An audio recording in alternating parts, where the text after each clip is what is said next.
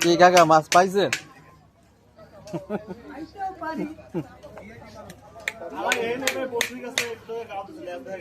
লেজ দেখা গেছে পাঙ্গাস দুইটা পড়ছি দে উড়ানতে আদার উদার খাইছে নি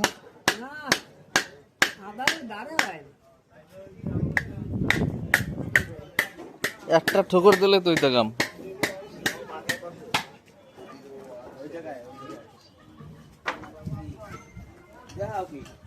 না ওই বড়শি দুইজনে দুইটা